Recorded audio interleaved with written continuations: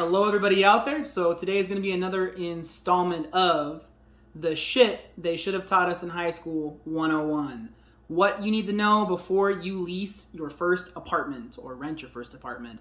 My name is Mr. Ethan Dean, but for today you can just call me Mr. Dean. And I'll be going over the 19 to 20 different things that you would need to know before you move into your first apartment. I don't know how I lost one of my numbers, but maybe it'll pop into my head during the video. Without further ado, I am going to get directly into it, give you my 19 to 20 tips of what you should look for before you move into your first apartment. And as with all the other videos of the shit they should have taught us in high school 101, another thing that I feel like when I first moved into my first apartment, and probably even my second apartment, I didn't know a lot of this stuff, and if I would have known, I probably would have been much better off and much more prepared to be an adult. But I was not, so hopefully it helps somebody out there watching this video, either now or in the future. So, number one is realizing that when you are looking at apartments, you are going to roughly need anywhere from 2 to 3, sometimes seldomly 4 times as much income as the monthly cost of rent alone. So for example, if your apartment, I'm just going to give you a big number, but it's an easy number, is $1,000 a month, they're going to want to see that you and your roommates or your significant other or just you by yourself make anywhere between $2,000 to $3,000 on average per month in income, sometimes maybe even up to $4,000. So please be aware of that. So figure your pricing around those numbers off the bat. For number 2, realize that for most places, they're going to require 2 to 4 months of previous pay stubs from your job to verify your income. So if you have a newer job, you move to a newer city, it might be a little bit more difficult. You might have to show them like an amount you have in your savings account. So if you are, like, again, if you're moving to a new city, new state, you might need to have more money in your actual bank account as far as savings to like show that you're able to cover it for a certain amount of time. Or if you're getting a brand new job, they might need like a letter saying this is going to be your salary or like your hourly you're going to be making in the future and you have this much in your savings account. But if you've been working somewhere for a long time or living somewhere for a long time, realistically, you're typically going to need 2 to 3 months at a minimum of pay stubs to be able to verify your actual income that's going to be over that 2 to 3 times amount of the monthly rent. So from there, next thing to consider is realizing that you're going to also have to pay for renter's insurance in a lot of different places. So make sure you ask about that, as well as utilities. Some places are going to cover water. Some places might cover electric. Some places might cover internet or cable. It really depends on place to place, apartment complex to apartment complex. So please realize that as well. Some places might tell you you got to have your power turned on and a apartment insurance or renter's insurance before you even move in, verified before you can move in for your first day.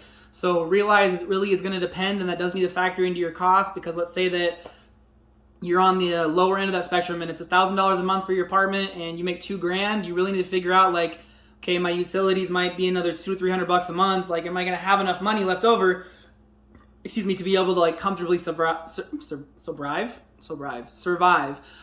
just kind of factor that in as well. Obviously, certain places might cover a lot more than others. I've lived in places that have covered like nothing, but they've covered internet, and it was shitty internet, but it was free. So I mean, it does vary depending on where you live. So just realize that as well.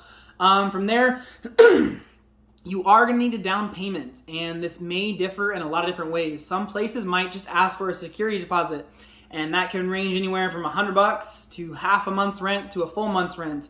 I've seen it up to like 1.5 a full month's rent. So that's money that you're going to give them initially to ensure that you're not going to fuck their apartment up, and they'll give it back to you at the end if you did just as such and didn't mess it all up. In some cases, they might require a first month like down payment, so you pay your first month's rent up front before you even move in. Some places it's first and last, or just last, so that you can't just bail at the end of your lease and not pay for your last month. I have been in one place before where, I kid you not, they required first month, last month, and security deposit, and it was like $3,000 to move into this house, and it was crazy. So I would really highly recommend that you know what you're getting yourself into. Make sure you have enough money saved up and you really know all those different cost factors, so that you know, like, again, like what you're getting yourself into and how much you need to get in to whatever apartment you want to get into. From there is realizing that if you have a pet, or if you might want to get a pet in the future, there's usually going to be a pet deposit. And from there, there's usually going to be a pet rent. That's really going to vary depending on where you're at, but you need to factor that into your cost as well, which really easily leads into my next thing, which is number 6, which is certain breeds are going to cost you more, and certain breeds of pets you can't have. Some places might tell you that they don't want snakes or burrs or other things like that. They don't want pit bulls. They don't want certain types of dogs. And you can't have them. So if you have them, you can't move in there. And if you get them when you move in there and they find out, you're out. They will evict your ass. So be smart about that. See what the rules are.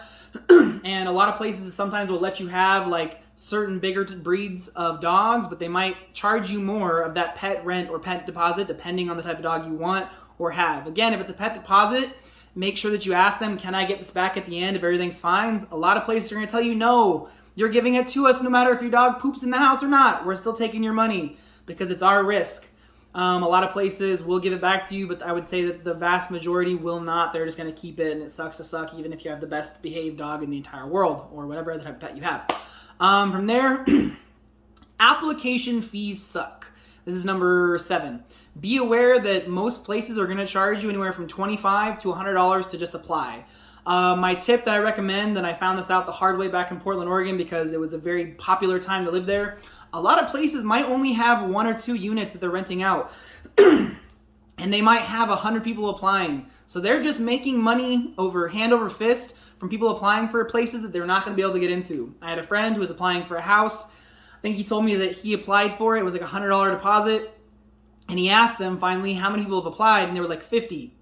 Well, it's one house, so only 1 out of 50 people are going to get that apartment. So they're easily right there just banking good quality money from people. So I would recommend that you ask them how many people are applying, how many apartments you have available. Make sure that you're not just giving money away to apply for a place that you're not going to get because they're going to go with someone that makes more, has a better credit score, or whatever it may be. So just make a smart choice when you're doing that as well, and be aware of it because that will come in as a factoring cost as well.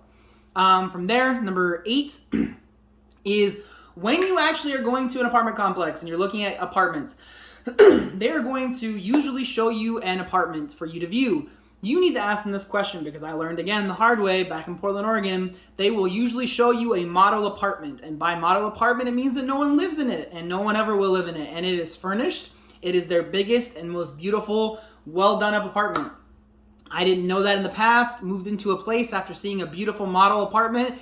And guess what? My apartment was nothing like that one. It looked 10 times worse, and it was nothing close to the model that they had. So make sure that you ask them, is this a model or is this the actual apartment I will be renting? If it's a model, you need to ask them, if you care, which you probably should, can I see an actual available unit that you have? If they tell you no and they give you some weird ass reason why you can't see it, it's probably not worth it because they probably don't want you to see what you're getting into, and I would probably just walk away and find somewhere else. If they tell you yes, or they give you a very credible reason why you can't see it right now because someone just moved out yesterday, then sure, it's up to you to do what you want to do, but just make sure that you're asking them, is this a model or is this the actual apartment that I'll be moving into? Because like I said, I've been on the backside of that, and it is not a fun situation to deal with. I'm not going to lie. From there, number 9 is make sure you have your basic necessities when you go to move in.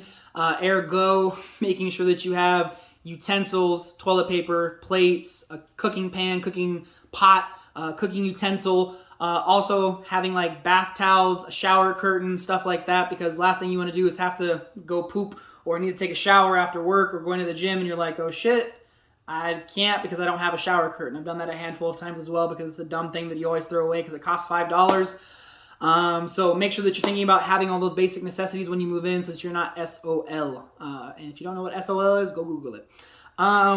So from there, number 10 is when you go rent a U-Haul, assuming that you rent a U-Haul or something along those lines, especially U-Haul because that's when I always rent from, realize that they're going to tell you that they're going to give you like a 4-hour window or 8-hour window to use your truck or trailer. But do realize that if you have more stuff to move or you're not set on when you're going to have friends or family or what time you're going to be able to move your shit that day, you actually are given a 24-hour window. So let them know, I want to use it for 24 hours because you're paying for 24 hours. Don't be the guy who's like, I'm going to move one thing in my U-Haul and it's my bed and I'm going to use it for 5 minutes. Don't rent it for 24 hours because then you're screwing somebody else over. But if you are going to possibly need it for more time or you're unsure of your timing, you can rent it for 24 hours. That is okay. That is what you're paying for. So utilize that full time. Don't feel like you're stuck into this small little window like I've had so many friends be stuck before. Because once you tell them you only need it for 4 hours, you can't go over that 4-hour mark. Give yourself more time than what you think you might actually need unless you're moving like 1 or 2 things real quick. From there, number 11 is do not lease your first apartment for more than a year for multiple reasons. For one, you might get in there and you might hate your neighbors, you might hate the apartment complex, you may hate the leasing company. On the flip side, you might get a different job somewhere else, you might want to live closer to work, you might have to move because of different circumstances, who knows. Don't get yourself into a 2-year or some 2.5-year long lease. It's not worth it. Make sure that you're just doing a lease for 1 year for your first apartment, because that's enough time for you to make logical decisions of what you're going to want to do 9 months from now when you have to start like figuring it out, versus I hope in 2 years I still want to live here and I don't hate my neighbors and everything's great. So 1 year is the max I would recommend. From there, number 12, realize the time that you're moving in and out is going to be very important. If you're looking for an apartment during the holiday time, November, December, realize a lot of people aren't moving in or out. So you might get a really good deal when you move in, but it might be a bitch to find a place to move into if you want to move out the next year. During summertime, obviously, everybody and their mom and all of their kids are moving, so that's going to be one of the best times to move. You're not going to get as great of deals, but you aren't going to have a hard time finding another place to move into if you decide not to renew your lease. So just be aware that there are give and takes with what time of the year you do decide to move in or out of an apartment. From there, number 12 is you are going to usually 9 times out of 10 need a money order to actually pay for your first month's rent. Basically, a money order is something that you don't want to fuck up, because you're going to have to go to your local grocery store or Walmart or whatever, give them money, pay with your debit card, credit card, and you're going to get a piece of paper. And you're going to give that to your leasing office. If you lose that piece of paper, you are SOL. If that piece of paper gets damaged or ruined, you are SOL. So please be aware that you're going to need to get a money order. You're going to need to be able to acquire that before you move in. Do not wait. If you're moving in the first of the month, do not wait until, the last few days of the month or the very beginning of the month, because guess what? Everyone else is getting a money order a lot of times to pay for their monthly rent, and you do not want to be waiting in an hour-long line at your local Walmart with God knows who in front of you and who behind you, and also wasting an hour of your life when you need to move into your apartment is not ideal. So please be aware of that as well. From there, number 13 is make sure when you move into your apartment, you do a thorough walkthrough. Because I'm going to tell you right now, if there are damages in your apartment and you do not find them, and you find out later that, I don't know, your microwave's broken, or that some other crap, there's a hole in the wall, I don't know, and you do not report it, they are going to be much less apt to give you a break when you go to move out, or when you tell them something's broken or messed up, because they're going to think you did it because you didn't find it during your walkthrough. So make sure you're doing a thorough walkthrough. You can even put down very innocuous or random things that maybe aren't a big deal, like there's a scratch on the inside of the door. Put it down, because the last thing you want to do is when you move out is you get charged out the butt because someone else before you damaged it, they didn't catch it, now they catch it this time by chance and you have to pay for it. So do a thorough walkthrough every time when you first move into an apartment, but especially for your very first time. From there, number 14 is 2 to 3 months before your lease is up, you need to figure out what your next steps are going to be. You need to start figuring out, do I want to renew my lease or do I not? A lot of places are going to tell you that they're going to give you 30 days or 60 days before to let them know what you want to do. So that's why I say 2 to 3 months, because it really depends on how much time you have. If you are going to move out, that 3 months will give you plenty of time to start looking at places, find places, save up money, whatever you need to do to get into your next place. If you do want to renew your lease, you need to also ask them during that time, how much is my rent going to go up? Because some places are going to increase it by a percentage. Some places are going to increase it by a flat number. I have lived one place before where they were going to increase rent by like 30%. And I was like, heck no, have a nice life, I'm out. I'm not increasing my rent by $300 a month because you said so.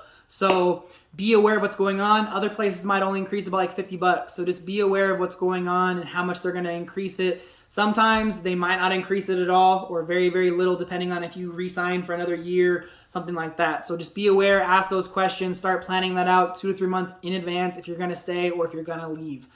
From there, number 15 should be pretty obvious, but I'm going to say it anyways. Things you need to know. It's kind of towards the end of living in your apartment for your first apartment, but still helpful tips. Make sure you clean it. Sounds like it's pretty obvious, but you do not want to leave it messy because they can charge you, again, out the booty hole for any mess that you leave behind, whether it's dirt, crap in the sinks, crap in the bathtub, you didn't clean out the toilet well enough, there's stains on the carpet. So please clean out your apartment thoroughly. Make sure that it looks nice and clean and neat, because it needs to look like they're going to have to do the minimum amount of work to get it back up to where it needs to be for the next person to rent it out. If you do so, you're not going to be paying as much, if anything at all, for cleaning costs, and you'll be good to go. From there, number 16, another really personal one for me, is make sure that you do a final walkthrough when you turn in your keys. And if they tell you that they can't, tell them that they have to, because you're not moving out without them doing it, but you want to do a walkthrough with a leasing agent. And the reason why is you want to make sure that you show them that everything looks good, everything's clean, there's no extra damages, and you need to have them sign off on your sheet of your walkout. The reason being is I have not done that before. I trusted the place where I lived, and I moved out of that apartment complex, and 2 months later I get a bill in the mail saying, hey, this was damaged, this was dirty, we had to clean this. And I was like, well, when I left, everything was gorgeous. So lo and behold, I went looking online, and apparently I wasn't the first person to have this happen to. Because I did not do a walkout or a final walkthrough with the leasing agent, they will hose you sometimes. I'm not saying everybody's going to do it, but for your due diligence to save yourself $500 like I ended up incurring, please make sure you do a final walkthrough with a leasing agent. They sign off on saying that there's nothing wrong, so that you do not get a weird bill in the mail later for some random cleaning cost or some random damage that was not actually there. Because once you sign saying that you're good to go, and once they do a walkthrough, there's not very much that you can do to fight them, because they're usually a pretty big company and you're going to have a hard time. So just my recommendation as far as that goes. From there, number 17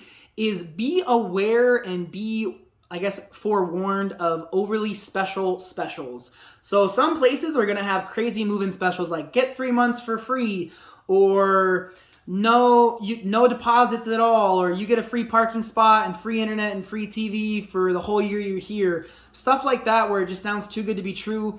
Be aware a lot of places are doing crazy specials like that because they're in a bad area, because no one wants to live there, because the tenants are shit, because of whatever reasons could be going on. So just be aware that if things seem too good, if the specials are too good, you need to ask more questions. You need to do more research online. You need to do your due diligence, because if it sounds too good to be true like normal, it usually is. If the specials are too special, a lot of times they're trying to get people in there and they're kind of suckering you in. So just be aware that I've seen a lot of those before when I've done walks, and it's like your first 3 months are free and there's no deposit, and you go there and you start looking around at some of the other tenants and the location. You're like, yeah, this really isn't a good area. The people here seem a little rough, and therefore that's why it's so cheap to move in, because they just need to get people into the buildings. So just be aware of that. Be smart. Do not fall for any too special specials. From there, number 18, it's kind of a funny one, but it's kind of important as well, is realize what floor you're getting on. It is important.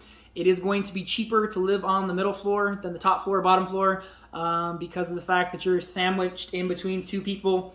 Realize if you're getting on the top floor, you're usually going to pay more for a view, and because there's no one above you. Also realize you're going to have to lug all your shit upstairs or in an elevator. So do realize that's going to come into play.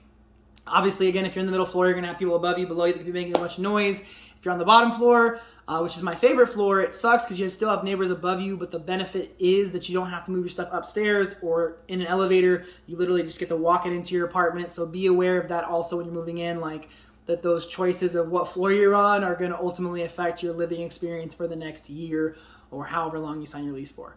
From there, the last one that I'll give you, since I don't have number 20, apparently it's number 19 is where we're going to end today, is one that's kind of close to my heart, because I have been a broke college kid before, and it wasn't my first apartment, but unfortunately, I had a roommate previously who decided they didn't want to pay their rent. So unfortunately, I couldn't afford the apartment anymore, and we were evicted, and it's a shitty situation. It does happen. It was like my second place I ever lived before. And lo and behold, I had an eviction on my record, and I had a hard time finding an apartment to move into after living with some friends for a while because I had an eviction on my record. So realize that if you do have your application denied because of having bad credit or an eviction or something like that, this is like the bonus personal tip for myself, is you can look at your application, see that it was denied, and see what credit bureau they're using, or credit bureaus possibly that they're using to run your credit or renter history check. What you can do from there is try and apply at other places that you can see, if you can do a little bit of digging, who they actually run their apps through. If you can go through a different credit bureau or credit agency that's not the one that you failed through, there is a chance, and this is what happened for me, is I was approved through it. I was approved for another place after being denied multiple places, because they were like the third of the 3 credit bureaus that ran my credit and ran my background, and so therefore somehow, some way, they didn't have it on there, so I was able to get into an apartment, thank God. So realize that there are some workarounds if you've had some bad stuff like that happen. Other times you might be able to ask them, like, if I pay more, if I have more in savings, if I'm making significantly more than the monthly rents, can we work around this? Sometimes they'll be able to work with you, but sometimes you might just have to find the loophole yourself. So that's what I have for my 19, even though it should be 20 things of tips for when you move into your first apartment, of things you should do before, after, and during. Again, this is another introduction video into the series of shit they should have taught us in high school 101. Again, my name is Mr. Dean. If you feel like this video is helpful to you, be helpful for some friends, family, whoever, I would ask you to please share it. The idea of doing these videos, the idea of the Greater Than movement, is trying to help improve 100 million people's lives, whether it's doing videos like these or talking about big button topics that are going on in the world. Hopefully we're trying to help improve 100 million people's lives. The best way to do that is if you share the content directly, tag people in it, however you want to do it. It is greatly appreciated. So for everyone watching today, I do greatly appreciate it. I hope you guys have a fantastic night. I'm going to answer some live questions now. Typically I answer live questions on Facebook Live as well as Twitch TV. If you want to find me on there, ask me live questions or ask me questions through any social media channel, the Greater Than movement is where you're going to find me. Feel free to ask me any questions you want about life, politics, fitness, random shit they should have taught us in high school, whatever it may be. Feel free to ask me questions there or live. Until next time, guys, though, I'm going to answer some live questions. Stay healthy, stay safe, and remember, above all, be greater than, guys. Take care and have a great night. Bye-bye.